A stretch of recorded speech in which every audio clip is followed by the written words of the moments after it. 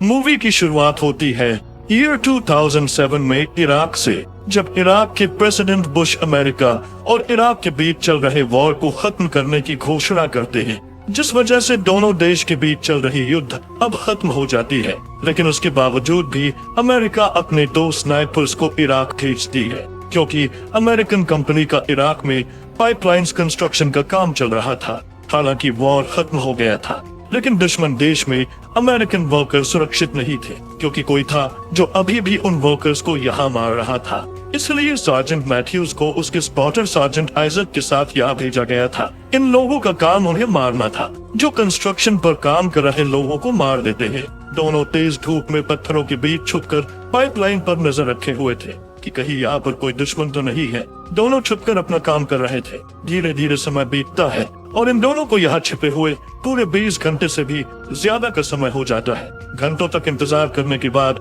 Mathews का सब्र टूटने लगता है और वो आइजक से कहता है कि मुझे नहीं लगता कि यहाँ पर कोई इराकी सोल्जर है, क्योंकि इस जगह पर केवल कुछ मरे हुए वर्कर्स और कुछ मरे हुए अमेरिकन गार्ड्स हैं। इसके अलावा मुझे वहाँ कोई भी दिखाई नहीं दे रहा, इसलिए हमें वहाँ खुद जाकर चेक करना चाहिए। लेकिन आइजक कहता है कि नहीं, हमें वहाँ नहीं जाना चाहिए, क्योंकि वहाँ पर जितने भी लोग मरे हैं उन्हें किसी ने हेडशॉट से मारा है। हो सकता है कि इस जगह पर कोई इराकी स्नाइपर हो जिसने उन लोगों को मारा है, और मुझे लगता है कि शायद वो स्नाइपर जुबा होगा। दरअसल जुबा एक बहुत ही खतरनाक इराकी स्नाइपर था, लेकिन मैथ्यूज कहता है कि आखिर 30 सेकंड में कोई 8 लोगों को कैसे मार सकता है। मैथ्यूज को लगता है कि यहाँ पर जितने भी लोग मारे गए हैं उन लोगों पर किसी ग्रुप ने हमला किया होगा, लेकिन आइजक को लगता है कि जरूर यहाँ पर कोई न कोई स्नाइपर मौजूद है। अब उन दोनों को यहाँ इंतजार करते हुए पूरे 24 घंटे बीत जाते हैं और उन 24 घंटों में उन्हें यहाँ कोई भी एक्टिविटी देखने को नहीं मिली थी। मैथ्यूज का सब्र टूट जाता है और वो खड़ा हो जाता है। मैथ्यूज आइजक से कहता है कि वहाँ पर कोई दुश्मन नहीं है, इसलिए मैं खुद वहाँ चेक करने जा रहा हूँ, और अगर तुम चाहो तो तुम मुझे पीछे से देख सकते हो। आइजक अभी भी मैथ्यूज को वहाँ जाने से मना करता है, लेकिन मैथ्यूज उसकी बात नहीं मानता और वो कंस्ट्रक्शन वाली जगह पर जाने लगता है। आइजक पीछे से उस पर नजर रखता है। कंस्ट्रक्शन साइट पर आकर मैथ्यूज को अमेरिकन सोल्जर्स और वर्कर्स की डेड बॉडीज दिखाई देती है। मैथ्यूज को एक मरे हुए सोल्जर के पास से रेडियो मिलता है, जिसे लेकर वो आगे बढ़ता है। दूसरी तरफ आइजक मैथ्यूज को ठीक से देख नहीं पाता, क्योंकि आइजक की स्कोप खराब हो जाता है। आइजक मैथ्यूज को उसके बारे में बताता है तो मैथ्यूज कहता है कि मैंने तुम्हें कई बार कहा कि तुम अपने स्कोप को बदल लो और कोई नया स्कोप ले लो।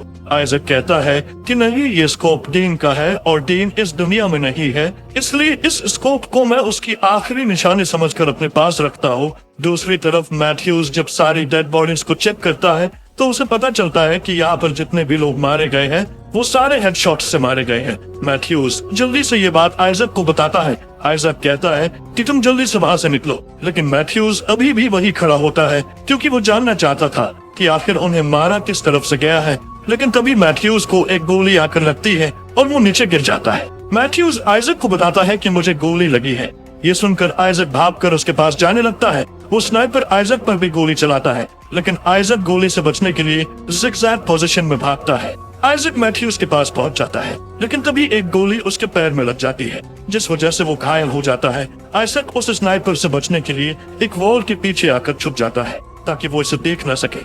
उधर मैथ्यूज दर्द से तड़प रहा था। वो आइजक से बेस पर कांटेक्ट करके बैकअप और रेस्क्यू टीम को बुलाने के लिए कहता है। इधर आइजक के पैर में गोली लगी थी, इसलिए वो अपने घाव पर पट्टी बांधता है ताकि नीचे गिर रहे ब्रेड को रोका जा सके। इसके बाद वो बैग से रेडियो निकालकर अपने बेस से कांटेक्ट करने की कोशिश करता है ताकि वो अपने लिए मदद बुला सके, लेकिन रेडियो में कोई भी फ्रीक्वेंसी नहीं होती, क्योंकि रेडियो का एंटीना टूट चुका था। उस स्नाइपर ने जानबूझकर एंटीना को टारगेट किया था ताकि वो अपने बेस से कांटेक्ट ना कर पाए। हम देखते हैं कि मैथ्यूज अभी जिंदा है और वो अपने राइफल तक पहुंचने की कोशिश कर रहा था, लेकिन आइजक उससे कहता है कि तुम हिलो मत, वरना वो स्नाइपर तुम्हें गोली मार देगा। आइजक वॉल में एक होल करके अपने स्कोप को वहां लगा देता है ताकि वो उस स्नाइपर को देख सके। इसके बाद वो अपने पैर में लगी गोली को बाहर निकालने लगता है। ऐसा करने से उसे काफी तेज दर्द होता है, लेकिन वो गोली बाहर निकल जाती है। अब दर्द की वजह से आइजक यहाँ बेहोश हो जाता है। कुछ समय बाद जब उसे होश आता है तब उसे रेडियो पर कुछ हलचल सुनाई देती है। आइजक को लगता है कि बेस के लोग उससे कांटेक्ट करने की कोशिश कर रहे हैं, इसलिए ये उन्हें अपना नाम बताता है और कहता है कि हमें गोली लगी हुई है, इसलिए हमें मदद चाहिए। वो लोग उधर से कहते हैं कि हम तुम्हें देख नहीं पा रहे हैं, इसीलिए तुम हमें अपनी एग्जैक्ट लोकेशन बताओ, या फिर तुम जहाँ हो वहाँ से खड़े होकर गोली चलाओ, तभी हम तुम्हारे पास आकर तुम्हें बचा लेंगे। उनकी बात सुनकर आइजक थोड़ा परेशान हो जाता है, जिस वजह से इसे उस आदमी के ऊपर शक होने लगता है। वो आदमी जो करने के लिए आइजक से कह रहा था वो सारी चीजें नियमों के खिलाफ थी। आइजक नोटिस करता है कि उस आदमी का एक्सेंट एक अमेरिकन की तरह बिल्कुल भी नहीं लग रहा है, इसलिए ये समझ जाता है कि वो वही स्नाइपर है जिसने इन्हें गोली मारी है। वो स्नाइपर अब इसे भी मारना चाहता है, इसलिए वो इसकी एग्जैक्ट लोकेशन पूछ रहा है। दरअसल उस स्नाइपर को आइजक के रेडियो की फ्रीक्वेंसी मिल गई थी, जिस वजह से वो इससे बात कर सकता था। आइजक कहता है कि मैं जानता हूँ कि तुम कौन हो। ये सुनकर वो कहता है कि मैं जानता था कि तुम मुझे पहचान लोगे, इसलिए अगर तुम यहाँ जिंदा रहना चाहते हो और अगर अपने साथी को भी जिंदा देखना चाहते हो तो तुम मुझसे बात करते रहो। मैथ्यूज को जिंदा रखने के लिए आइजक को ना चाहकर भी उस स्नाइपर से बात करनी पड़ती है। वो स्नाइपर आइजक से कुछ पर्सनल सवाल पूछता है, जैसे कि ये स्नाइपर कैसे बना और उसके परिवार में कौन कौन है। वो स्नाइपर आइजक के बारे में सारी चीजें जानने लगता है। आइजक उसे वो सब इसलिए बताता है ताकि वो उसे अपनी बातों में उलझा कर रखे। आइजक स्नाइपर की लोकेशन जानने के लिए अपने स्कोप से देखता है और जमीन पर एक मैप बनाता है और सोचता है कि आखिर वो स्नाइपर कहाँ हो सकता है। आइजक उस स्नाइपर से पूछता है कि तुम कौन हो, तो वो कहता है कि मैं यहाँ का एक सिविलियन हूँ और मैं सिर्फ अपने देश को बचाने की कोशिश कर रहा हूँ। आइजक कहता है कि तुम ऐसा क्यों कर रहे हो, यहाँ का युद्ध तो अब खत्म हो चुका है, तुमने यहाँ जितने भी लोगों को मारा है वो सारे मासूम लोग थे, क्योंकि वो लोग सिर्फ पाइपलाइन में काम कर रहे थे और उस पाइपलाइन को बनने के बाद उससे इराकी गवर्नमेंट का ही फायदा होगा, लेकिन तुम यहाँ काम कर रहे लोगों को मारकर सारी चीजें खराब कर रहे हो और तुम खुद को एक इराकी कहते हो। ये सुनकर वो आदमी हंसने लगता है और कहता है कि कोई युद्ध खत्म नहीं हुआ, युद्ध सिर्फ तुम्हारे लिए खत्म हुआ है, हम जैसे लोगों के लिए युद्ध अभी खत्म नहीं हुआ। तुम्हें क्या लगता है कि क्या वो सारे पैसे इराकी गवर्नमेंट को मिलेंगे? ऐसा बिल्कुल भी नहीं होगा, बल्कि वो सारे पैसे अमेरिकन गवर्नमेंट को मिलेंगे। आइजक को यहाँ एक सोल्जर के पास रेडियो दिखाई देता है, इसीलिए ये उस स्नाइपर की बात इग्नोर करके रेडियो लेने की कोशिश करता है, लेकिन वो स्नाइपर कहता है कि मुझसे बात करते रहो वरना मैं मैथ्यूज को मार दूंगा। ये सुनकर आइजक कहता है कि तुम्हें उसका नाम कैसे पता? स्नाइपर कहता है कि मुझे तो ये भी पता है कि तुमने कितने लोगों को मारा है, और अगर आज मैंने मैथ्यूज को मार दिया तो ये वो दूसरा आदमी होगा जो तुम्हारी गलती से मारा जाएगा, क्योंकि तुम्हारी गलती से पहले भी एक आदमी मर चुका है जिसका नाम डीन था। दरअसल डीन आइजक की गलती से मरा था क्योंकि आइजक का निशाना चूक गया, जिस वजह से वो गोली डीन को लग गई और वो मारा गया। स्नाइपर की बात सुनकर आइजक काफी हैरान होता है और सोचता है कि आखिर उसे ये सब कैसे पता चला। आइजक को प्यास लगी हुई थी, इसलिए वो अपनी बोतल निकालकर पानी पीता है, लेकिन बोतल खाली होती है क्योंकि स्नाइपर ने बोतल के बीच में गोली मारी थी। स्नाइपर कहता है कि मैंने जानबूझकर बोतल में गोली मारी थी।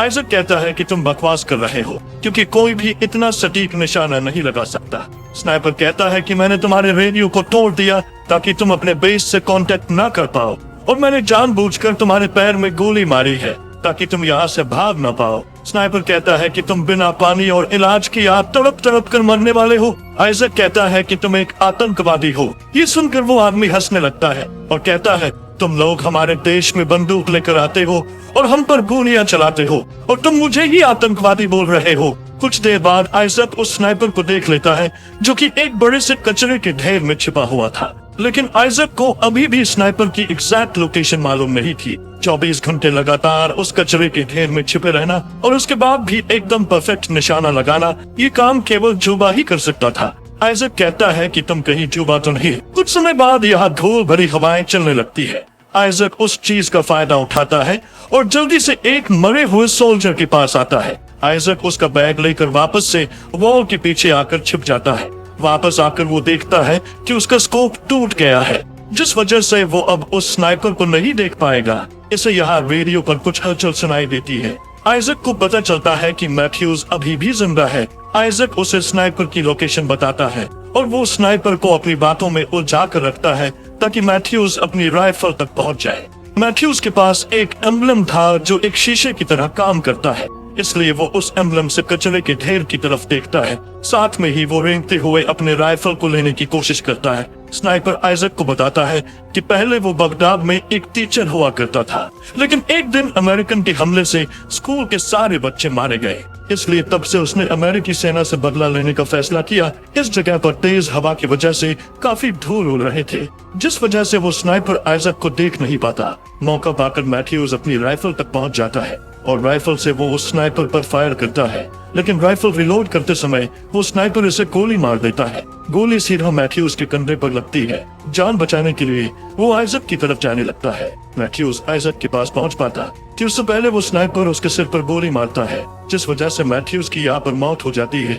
ये सब देखकर आइजक को काफी हर्ट होता है, क्योंकि उसका साथी उसके ही सामने मारा गया और वो कुछ भी नहीं कर पाया। स्नाइपर कहता है कि युद्ध तो पहले ही खत्म हो चुका है और तुम अब तक यहाँ इराक में क्या कर रहे हो। आइजक कहता है कि मुझे नहीं पता, मैं बस अपने घर जाना चाहता हूँ और अपनी फैमिली से मिलना चाहता हूँ। स्नाइपर कहता है कि तुम इतनी आसानी से अपने घर नहीं जा सकते, तुम्हें मुझे अपनी कहानी बतानी होगी और तुम तब तक जिंदा रहोगे जब तक तुम मुझसे बात करते रहोगे। आइजक यार रोने लगता है और कहता है कि हाँ, मैंने ही डीन को मारा है। मैं अपने दुश्मन स्नाइपर को मारने वाला था, लेकिन मेरा निशाना चूक गया, जिस वजह से वो गोली डीन को जा लगी और वो मारा गया। लेकिन आज तक मैंने सबसे झूठ बोला है कि डीन को दुश्मनों ने मारा है। स्नाइपर से बात करते समय आइजक को रेडियो पर कुछ हलचल सुनाई देती है। आइजक देखता है कि बेस के लोग उससे कांटेक्ट करने की कोशिश कर रहे हैं, इसीलिए आइजक उनसे बात करने की कोशिश करता है, लेकिन उसकी आवाज उन लोगों तक नहीं पहुंचती। वो बस उनकी आवाज सुन सकता था। आइजक यहाँ स्नाइपर की आवाज सुनता है, जो बेस के लोगों से कांटेक्ट करके उनसे मदद मांग रहा था। बेस के लोगों को लगता है कि रेडियो पर जो उनसे बात कर रहा है वो आइजक है, लेकिन वो स्नाइपर था। आइजक को यहाँ सारी बात समझ आ जाती है और उसे पता चल जाता है कि यहाँ पर जितने भी वर्कर काम कर रहे थे उन्होंने कभी मदद मांगी ही नहीं, क्योंकि उस स्नाइपर ने उन्हें पहले ही मार दिया था और उसी ने बेस पर कांटेक्ट किया था ताकि मदद के लिए और सोल्जर्स यहाँ पर आए और वो उन्हें भी मार दे। वो स्नाइपर यहाँ जाल बिछाकर एक एक अमेरिकन सोल्जर्स को मार रहा था। आइजक को एहसास होता है कि वो स्नाइपर कितना ज्यादा खतरनाक है। आइजक यहाँ बेहोश हो जाता है। कुछ समय बाद जब उसे होश आता है तब उसे यहाँ हेलीकॉप्टर की आवाज सुनाई देती है। आइजक स्नाइपर से बात करने की कोशिश करता है, लेकिन वो कोई उत्तर नहीं देता। आइजक को लगता है कि शायद वो स्नाइपर सो रहा है, इसलिए ये जल्दी से मैथ्यूज की राइफल अपनी तरफ खींचता है। वो देखता है कि 2 हेलीकॉप्टर उसकी तरफ आ रहे हैं, जिन्हें उस स्नाइपर ने यहाँ बुलाया था। आइजक अपनी वॉल को गिरा देता है और उस कचरे के ढेर की तरफ निशाना लगाता है। स्नाइपर भी आइजक पर निशाना लगाए बैठा हुआ था, लेकिन धूल की वजह से उसे कुछ दिखाई नहीं देता। स्नाइपर उस पर फायर करता है, जिस वजह से आइजक उस रोशनी को देख लेता है। वो ठीक उसी जगह पर फायर करता है जहां से उसने रोशनी देखी थी। स्नाइपर अब कोई भी हरकत नहीं करता, जिसे देख आइजक को लगता है कि इसने उस स्नाइपर को मार दिया। आइजक उठकर खड़ा हो जाता है, लेकिन वो अभी भी डर रहा था, क्योंकि अगर स्नाइपर जिंदा हुआ तो वो इसे मार देगा, लेकिन इस पर कोई भी फायरिंग नहीं होती। आइजक को कंफर्म हो जाता है कि वो स्नाइपर अब मर चुका है। हेलीकॉप्टर यहाँ लैंड होती है। सोल्जर्स आइजक को हेलीकॉप्टर में ले जाने लगते हैं। आइजक बार बार उनसे कहता है कि उस कचरे के ढेर में चेक करो, लेकिन कोई भी उसकी बातों पर ध्यान नहीं देता, क्योंकि आइजक की आवाज साफ नहीं होती। वो लोग उसे लेकर यहाँ से जाने लगते हैं। जैसे ही हेलीकॉप्टर टेक ऑफ करता है, वैसे ही वो स्नाइपर इन पर गोलियां चलाने लगता है। स्नाइपर उन सभी को मार देता है, जिस वजह से उनका हेलीकॉप्टर नीचे गिरकर क्रैश हो जाता है। आइजक मैथ्यूज के साथ साथ वो सारे सोल्जर्स भी यहाँ मारे जाते हैं और उसी के साथ ये फिल्म यहीं पर खत्म हो जाती है।